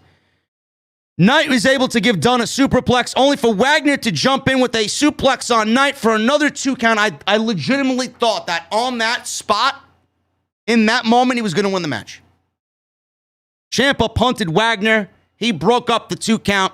Fairy tale ending finisher by Ciampa. He covers LA Knight. 1, 2, 3. And Goldie is coming home. Goldie was mentioned by the name, or Vic Joseph mentioned Goldie by name throughout the show. So it was almost a throwback to what Ciampa introduced when he was a heel, because he called the NXT Championship Goldie. I feel like that's going to have a play in something as well, because the championship, I don't think, is going to be Goldie for much long. I think when Ciampa loses the championship, I think we get a new version of the NXT Championship with it. Ciampa won this match. First of all, I don't like that LA Knight took the pinfall loss 2 times tonight. He lost to fucking, what's his name? Braun Breakker, Rick Steiner's son, with the ridiculous name. He lost to Braun Breakker clean in 4 minutes, and then he takes the pinfall loss in this match. I don't know what that means for LA Knight. He deserves better. Ciampa, like I said before, the only reason why Ciampa won the NXT Championship is because Ciampa is the last surviving heartbeat of NXT. And I feel like with Braun Breakker staring down Ciampa at the end of the show, I do think that WWE's thinking, or their line of thinking at least, is if Ciampa goes down, loses the championship, passes the torch to Braun Breakker, it's almost as if Vince is killing the heart, once and for all, of Triple H's NXT. Not a good look. Not a good look. Ciampa winning it is definitely a symbolic championship win. And we will see that as the weeks go on. The main event was the wedding of Dexter Lumis and Indi Hartwell. Many of the NXT wrestlers, baby faces mostly, were out there. They were in attendance for this wedding. Johnny Gargano walked Indi Hartwell to the ring. Dexter Lumis waited in the ring already. He was dressed very dapper and very sharp. So they announced Dexter as Dexter Gaylord Lumis. I don't know why that was necessary, but news to me. He's Dexter Gaylord Lumis. All the more reason why the Dexter Lumis character is pretty much butchered at this point, at least the original inception, or the original incarnation of the Dexter Lumis character. He's now Dexter Gaylord Lumis. And Indi Ophelia Hartwell. Johnny Gargano was trying to put himself over here. Candice shut him up. Austin Theory was supposed to have the ring, but he had it hidden in Ikemen Jiro's coat, who looked like he was about to put on a strip show in the middle of the ring. The officiant asked if anyone found fault with the wedding, and everyone raised their hand. Lumis opened his coat and told everybody to silently shut up, because he didn't really say that, but he opened his coat and he had a butcher knife or an axe. He had an axe in his coat, and that shut everybody up. And everybody put their hands down. Indi read her own vows. She said many people think of him as a creep. but she sees Dexter as a cuddly teddy bear. She framed his stalking as flattering. She said when they say he's a freak, she says, damn right he's a freak. He said she'll never forget the night he snuck into her room late at night. Johnny and Candace started going crazy about Dexter Lumis sneaking into Indi's room. Lumis held the mic and told her pretty much to shut up without even saying shut up. So she stopped telling her story about him sneaking into the house and coming through her window. The officiant asked Lumis to recite his vows. He then raised his thumb. He gave Indi a thumbs up. A thumbs up is all Dexter Lumis had for his vows. The officiant then thought Hartwell deserved a little bit more after pouring her heart out, and Dexter put him in a sleeper hold and put the officiant to sleep. So Beth Phoenix enters the ring, and she said she was afraid this was going to happen. So last night she got ordained as a minister, and she said she would cut to the chase. NXT recruit Andre Chase stood up and asked if someone said Andre Chase. He tried to make some speech about himself, I guess, and Odyssey Jones took him out with a death grip from behind and knocked him out. So Beth got to the pretty much heart of the wedding here. Do you take Indi? Do you take Dexter? They both said, I do. She asked Dexter, do you take Indi to be your lawfully wedded wife, to have and to hold through richer or poorer, sickness and in health, till death do you part? And Dexter Lumis speaks for the first time in NXT, and the crowd gives Dexter a huge pop. He says, yes, I do. Lumis and Indi kissed, and that was it. There was no ridiculous wedding ending. There was no monster heel coming out and destroying everybody, which I wished would have happened. This was legitimately a peaceful, funny, entertaining, not overly offensive pro wrestling wedding. A little disappointing. Some chaos didn't happen, but it felt lighthearted. It felt okay. And like I said, I wasn't completely really offended by this. It wasn't as offensive as I thought it was going to be. I may be fucking losing my mind, but it doesn't resemble anything of the old NXT. Triple H would have never had a fucking wedding on the old NXT, but it wasn't bad. I just don't care to see wrestling weddings anymore. I don't. After the show was over, Tommaso Ciampa was watching on a monitor and he smiled. Braun Breakker walked up to Ciampa and congratulated him. Ciampa congratulated him on his first win on NXT 2.0. He extended a handshake, but Breakker was staring at the NXT Championship. He finally went in for a tense handshake and the show went off the air. You know, outside of the visuals and outside of all the nonsense with the wedding, it was primarily still the same NXT show that we've been seeing, minus the new relaunch, the colors, the CWC, the lighting, some of the camera angles, a little bit more focus on younger talent. WWE is definitely moving away from the smaller guy, and they're going for the much larger guy. You definitely see that coming into play. How much more do we see the show change is what I want to know. This is only week one. They were definitely going to ease you in on week one. They weren't going to deviate away from the typical formula. They weren't going to change too much too soon. But my fear is, how much do they actually change? How much does this show start to resemble Monday Night Raw in week 2, week 3, week 4, 5, 6? By the end of the year, what are we going to be looking at? Does Bruce Prichard and Vince McMahon actually care about this show? Do they have a set vision on the show? Or do they just want to make it as easy as possible for themselves and take everything that they do on Monday night and apply it to Tuesday night? I can't get behind that. There was nothing wrong with 1.0. 1.0 was a perfect developmental system for WWE. They had everything handed to them. And every single time Triple H wanted to give them a possible face of the company, a possible megastar, Vince McMahon turned his cheek, turned the other way, and said no. Because he refused to have any sort of creative input and creative success come from NXT while Triple H was still in charge. Now Triple H is not in charge. Now Vince McMahon is in charge. Braun Breakker, Von Wagner, and everybody else that you see, the Julius brothers. These are the people that you're going to be seeing on this show. You know? Jensen and Briggs. This is what you're going to be seeing on the show. And these men and women, B-Fab and Ivy Niles, all these men and women will make a huge splash and be a success because Vince McMahon is actively in charge. He has nobody else to really rely on now. Everything that we came to know and love about NXT is dead.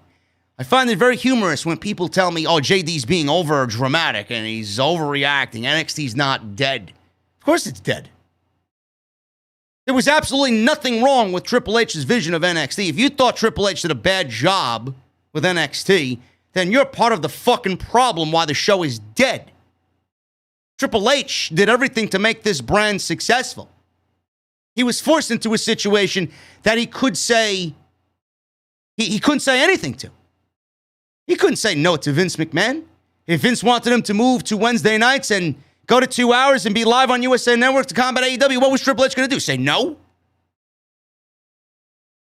NXT is dead. Before long, everybody that you come to know and love on this show will be gone.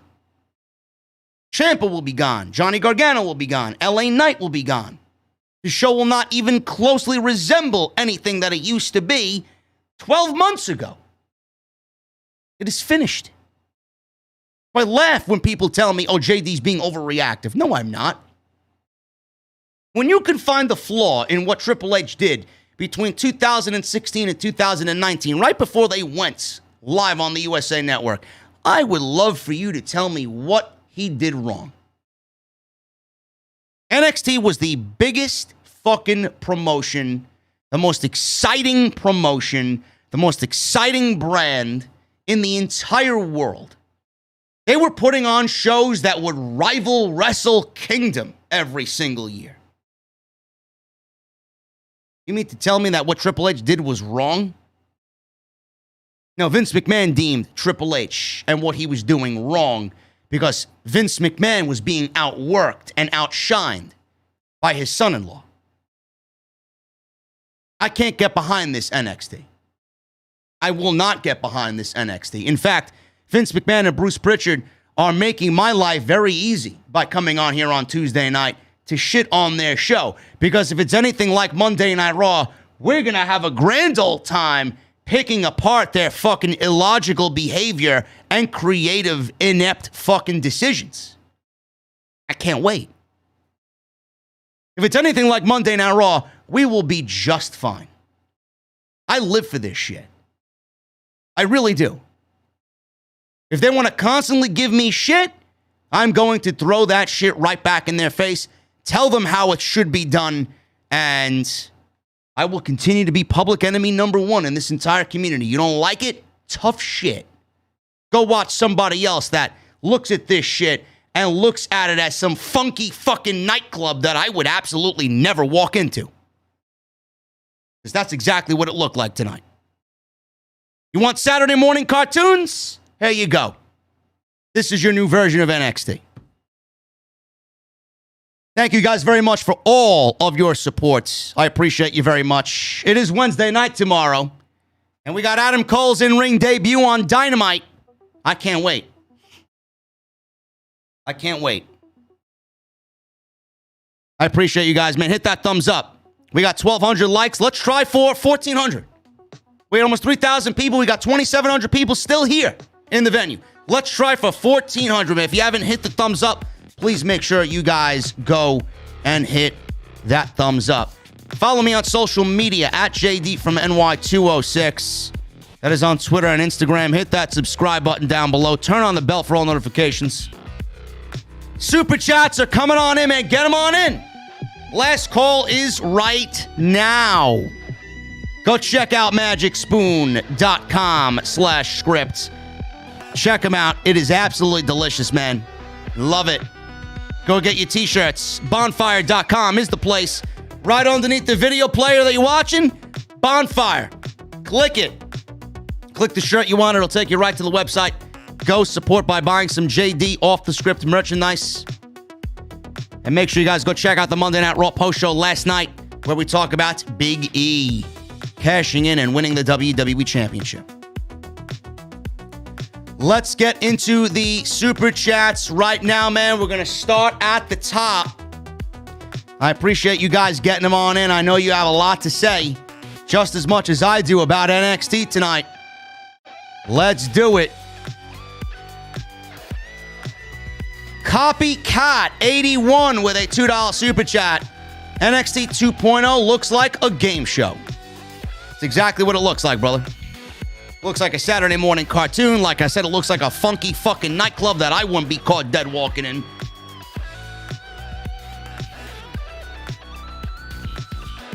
Nate with a $1.99 super chat. NXT is Raw 2.0, not NXT 2.0. I know I'm not the only one that thinks that way, man. Akachira with a $5 super chat. How much I need to pay you, JD, to not watch NXT 2.0 anymore? How could they turn what was a golden goose into green eggs and ham? I don't know, man. Jealousy. Jealousy is a very evil thing, man. And it's jealousy from family. That's the fucking sad part. Jeffrey Lyons with a $1.99 super chat. 2000 WCW and 2010 TNA is better than NXT 2.0. I would not be against that, Jeffrey. I may actually have to agree with you on that.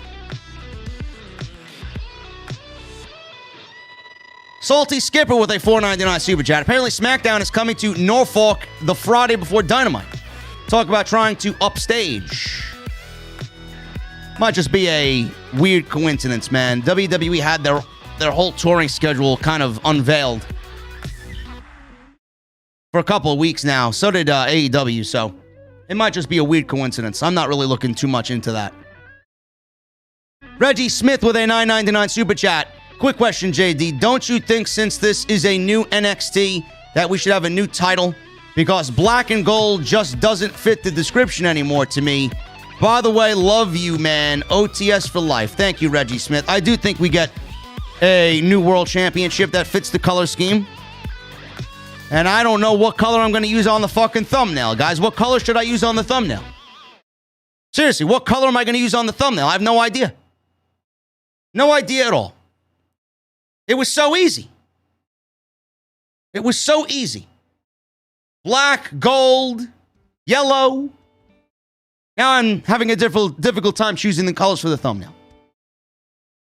Jacob Donnelly with a $5 super chat. The only 2.0 I want to know are an AEW and are actually entertaining. Yes. 2.0 is excellent. John Michael Channer with a $1.99 super chat. SpongeBob's NXT belt coming soon. Watch. It's sad. Oh, it's coming, bro. It is definitely coming. Eddie Hauser with a $9.99 super chat. NXT 2.0 is officially just a smaller scale Raw SmackDown show with 30-day non-competes instead of 90. I've officially removed it from my DVR. Last WWE domino to fall at Hazard's house.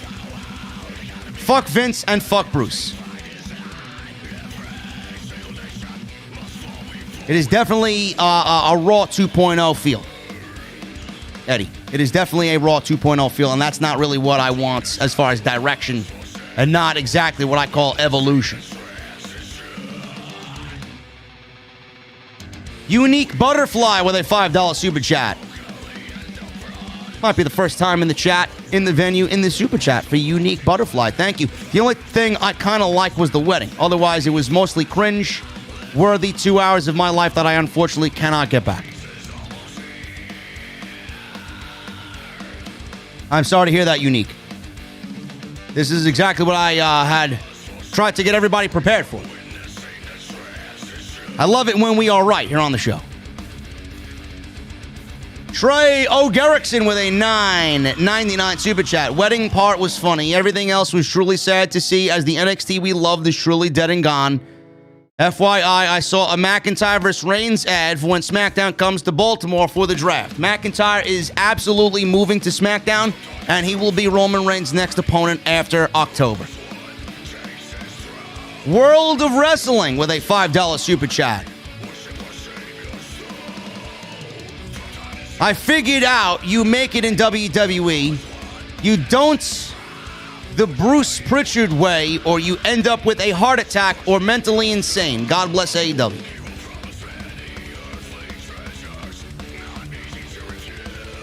Colt 45 with a $5 super chat. Best viewing option, there's a documentary on how snails fuck next Tuesday night. See you there. Interesting. If you love science, go watch what Colt 45 is talking about snails fucking and this documentary. Sounds exciting. Jay Royal with a $5 super chat. JD, firstly, how does it feel being the YouTube tribal chief? It feels great. Nobody's on my level. Secondly, I did not watch NXT tonight. Should I watch it going forward? Jay Royal, I'll tell you exactly what I tell everybody, man. Let me take the bullet for you. As long as you show up in the venue and support, that's all you need. I got you covered, man. I'll never steer you wrong. Coil Phoenix with a $10 super chat. I'm not sure what's worse, having COVID or watching the death of NXT. Besides watching the wedding and Ciampa finally getting Goldie back, this show was awful. Well, Ciampa's not going to be the champion for long because they're going to finally kill NXT with Ciampa losing the championship to Braun Breakker. 27 Freddie Mitch with a $5 super chat.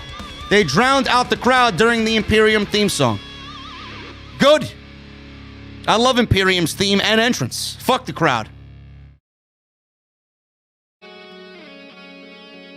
Asteron Scorpios with a UK $5 super chat. The definition of a midlife crisis is, do you remember the good old days when NXT was our 1 hour long, well-kept secret on the network? Those shows still exist, bro. You can go back and watch them anytime. Me Wilson with a $19.99 super chat. An awesome review on NXT tonight. I will see you and Jesse on the AEW Dynamite review tomorrow night. Nothing tonight really interested me. Rest in peace, NXT. I will keep my NXT TakeOver Phoenix t-shirt in a frame to remember the good old days. Thank you, Me Wilson. Thank you for your support lately, brother. Appreciate you.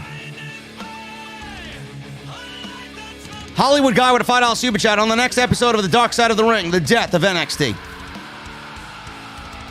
Could be a top-rated program. Matt Eagle with a $4.99 super chat. The trinity of Vince and his horrible booking is now complete. Raw is garbage, SmackDown is barely alive with Reigns, and now NXT is 6 feet under.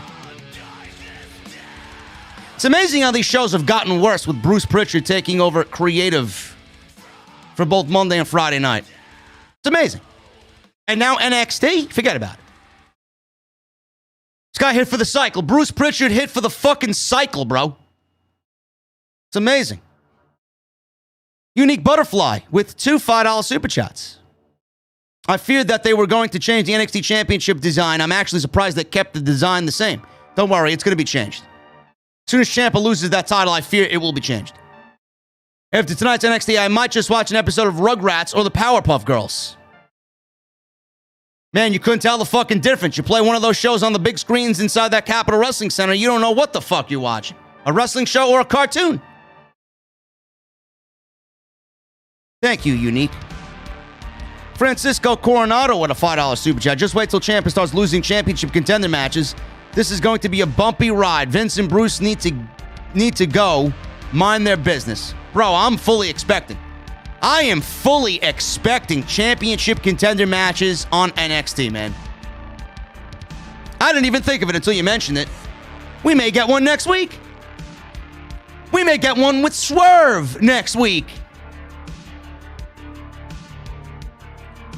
Carlos with a $5 super chat. Yes, Vince, because we all wanted a 4th and 5th hour of Raw. Hate NXT 2.0. I'm just here to support JD because this show was terrible. Thank you, Carlos.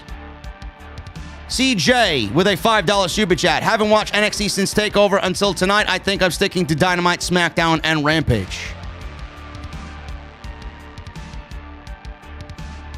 Araceli Bernando with a $2 super chat. Oh my God, Rick Steiner's son was so handsome. Wow.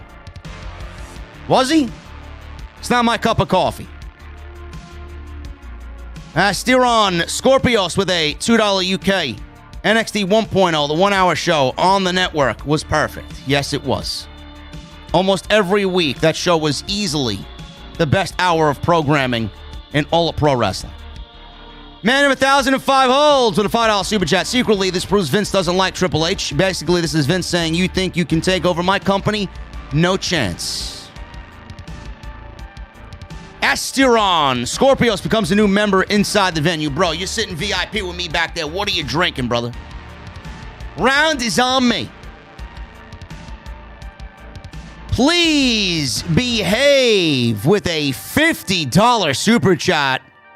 Why is Legado del Fantasma cooler than Hit Row without even trying? Santos Escobar should have faced Adam Cole before he left.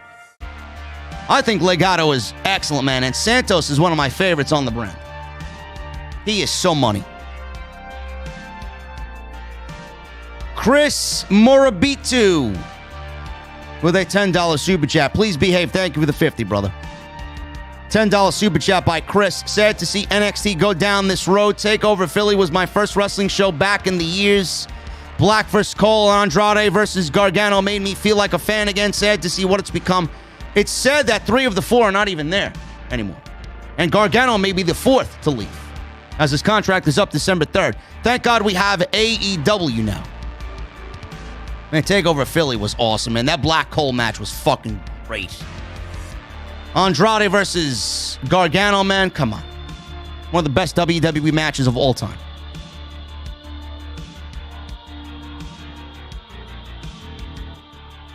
Tenorio128 with a $10 super chat. What's up, JD? Question, did you ever watch Lucha Underground and were you a fan? Yes, I did watch episodes, or seasons rather, 3 and 4. I thought they were excellent.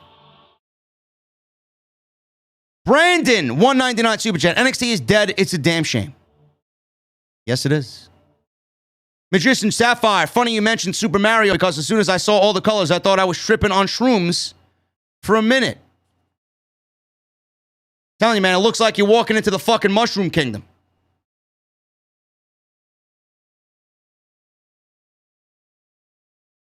Tribal Chief with a Canadian $2 super chat.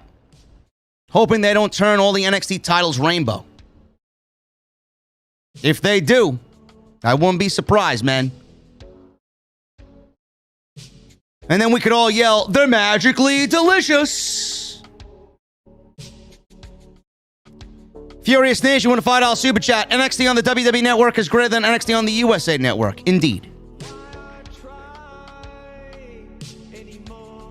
Riddick with a $5 super chat. I liked some of the young new talent we saw tonight, but at the expense of killing what NXT used to be is not cool.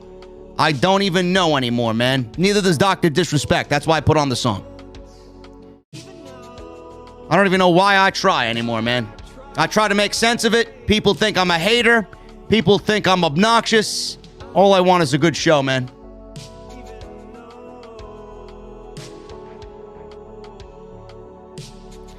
Hologram with a $5 super chat. JD, do you also think now NXT matches will be on regular WWE pay-per-views instead of NXT having their own pay-per-views? God, this is depressing. You know, Hologram, I was actually thinking about that. I was quietly thinking to myself while watching this shit program tonight. What's going to happen with TakeOver? What's the pay-per-view model going to look like for NXT? Are they gonna be named TakeOver? Are they gonna be regular named pay-per-views like WWE has on the main roster? And what are these takeovers gonna look like? Are they gonna resemble the pure wrestling that TakeOver used to embody? Is it gonna be 4, 5, 6 matches, or is it gonna be loaded to the brim 8, 9 matches? Quantity over quality like Vince and Bruce usually do on the main roster. I don't know. Jimmy Fingers 19 with a 519 super chat. I was waiting for Elmo to crash the wedding to send the crowd home happy. I would have preferred Oscar the Grouch, but that's just me, bro. I was actually waiting for Parker Bordeaux to just fucking break everything down and fucking tear everybody a new asshole. Chris Morabito with a $5 super chat. The next 6 months could have had Wyatt, Owens, Steen, Generico, and Hardy premiering. Felt like the sky is the limit with AEW right now. Again, appreciate you, JD. Thank you, Chris. And JD loves deep dish. JD loves deep dish with a $5 super chat. Beth Phoenix came off as a Karen. I got ordained. That was kind of dumb.